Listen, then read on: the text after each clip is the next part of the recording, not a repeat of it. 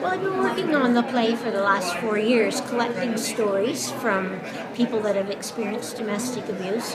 I was on the board of Transition House, third place in Truro, and they provide fantastic 6 weeks of safe housing, but the need to actually get people out of an abusive situation isn't really addressed. They're there when people really want to leave. And from my own experience, being locked in an invisible prison, I realized that sometimes the recognition of abuse is the key to leaving. Is there any kind of message you want to say to people who, others who are going to attempt to have the show, the play, produce the play? I would just encourage anyone to put it on. Just talking about it spreads the message and gets people thinking about what abuse is and that life is too short to live in an abusive relationship.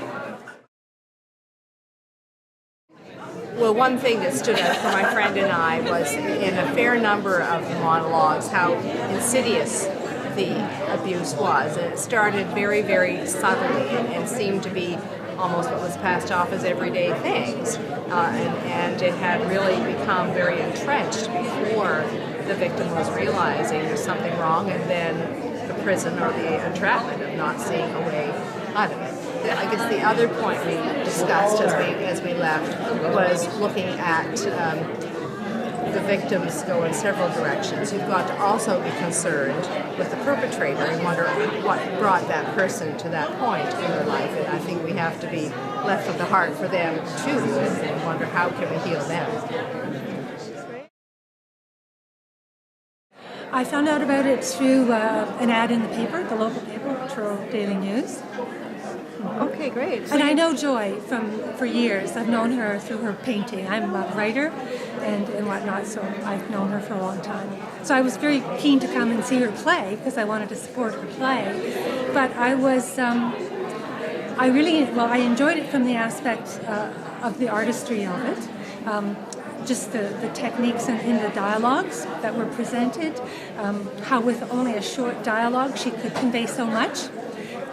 I enjoyed the fact that it represented a gamut of ages from young to old, that it was male and female perspectives on the abuse situation, and that there were straight out abuse scenarios and there were much more subtle abuse scenarios that some people might not have thought of.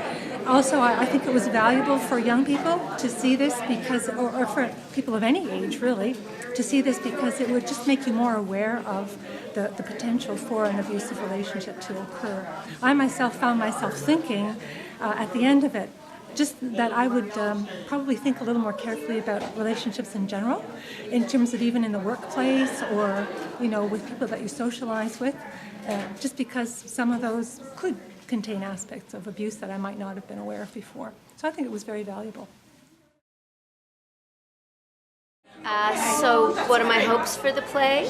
Well, we've already been asked to do the play on December the 6th for another women's center in New Glasgow for the honoring of the women who were massacred in Montreal. And so I've talked to the cast about that, and we are thinking about going to New Glasgow and doing that. We'd also like to spread the word that we would do it in other places if people would like us to come and perform it for them. And also, high schools might want to see it, or perhaps communities might want to do it themselves with their own community members, rather like the vagina monologues. That started off in one place, and then look what's happened to it. It's gone all around the world, and now it's done in cities right around the world. So perhaps that can happen with this play as well, only focusing more on domestic abuse issues and really trying to educate people and stamp it out.